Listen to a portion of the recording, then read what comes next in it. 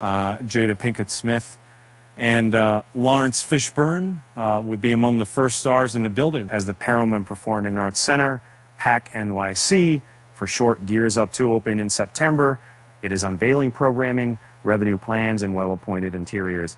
The total cost for the new culture venue in Lower Manhattan has soared above $500 million. The center's maroon seats look comfortable, although they'll need a thorough dusting before the official opening on September 19th presents a Pay What You Wish concert from Laurie Anderson and Angelique Kidjo, living entitled NYC Tapestry Home as a Refuge.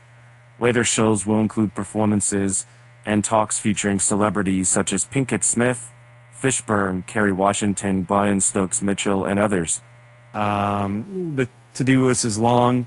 Kadi Kamara, Center's executive director who had stints running Second Stage Theater and Arena Stage in Washington, is presiding over it from an office next to the restaurant by Marco Samuelson.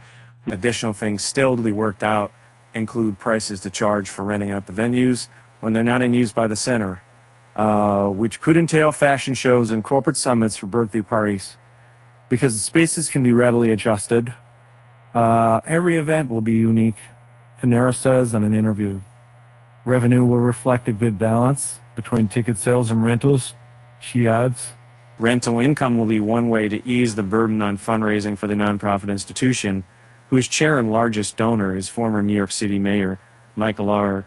Bloomberg, founder and majority owner of Bloomberg LP, the parent company of Bloomberg News. So what is this place actually like? Here are some highlights gleaned on a tour arranged for the press on Wednesday, June 14th. Outside, the center's creamy white panels with gray veins feel appropriately monumental and eye-catching amid tall glass buildings, the 9/11 Memorial and Museum, and the curvy Oculus Transit Hub. Inside, the translucent panels glow amber with a sacred quality. At night, the panels glow amber on the outside. There are about 5,000 panels of marble, or $12.50 per face, each 5 feet wide, 3 feet high, and weighing about 300 pounds. Their arrangement is wildly not random, says Joshua Renus of Rex, the building's architect.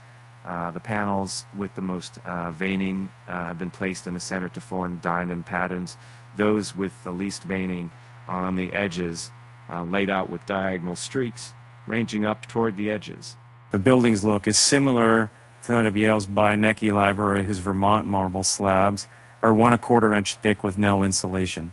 The centers are a 1/2 inch thick and laminated glass on each side, helping to protect the finished stone from the elements. Beinecke was done 60 years ago, Ramos says. People weren't aware that we would rapidly be bringing ourselves to the end of our planet. The Rex team inspected marble at 29 quarries before being satisfied. The last one visited in Estremoz, Portugal. And it passed the line of trees on the center south-facing side. The stairway leads to the PAC's front doors. Inside, visitors encounter an elegant blue banquet with a welcome desk and square of marble to the left.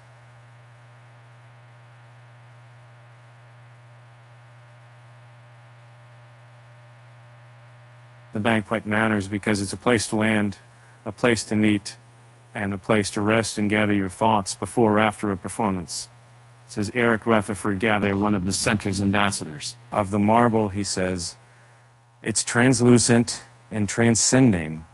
It touches your spirit. It gets your heart racing. After some mingling, the crowd at the preview takes seats in the John C. Whitehead lobby, named after the late Goldman Sachs chairman. This area draw inviting warmth from the light fixtures above, felt walls, and marble views. A presentation on the Vartan and Claire Gregorian stage features announcements about the busy first season. The list is laden with luminaries of dance, theater, and film, including playwright High Afternoon, David Henry, playing on choreographer Bill T. Jones. And then comes a surprise, a new take on the Andrew Lloyd Webber classic. We will do a reinvention of set and ballroom culture, says Bo Rausch, the center's artistic director, who will co-direct with Zylan Lettingston, director of Following the presentation, Livingston. In an elevator to where will be performed, says the production will reflect New York and blend musical theater and ballroom culture, an urban expression of dance centered in Black and Latino queer culture and built around communal houses that compete before judges at high-energy runway events. It is absolutely Underwood Weber's in terms of the score, says Rausch, who explains that the characters will be human. The musical's narrative is set of competitive ball to start with. They've all gathered for the Jellicle Ball and are in competition with one another for who's going to get the grand prize at the end. He says, so it's a direct parallel to ballroom culture. Because of the flexibility of the performance spaces, more than one area can be combined to create a long runway for a stage. And we'll play at the center starting in June 2024, with tickets unlikely to go on sale until this fall.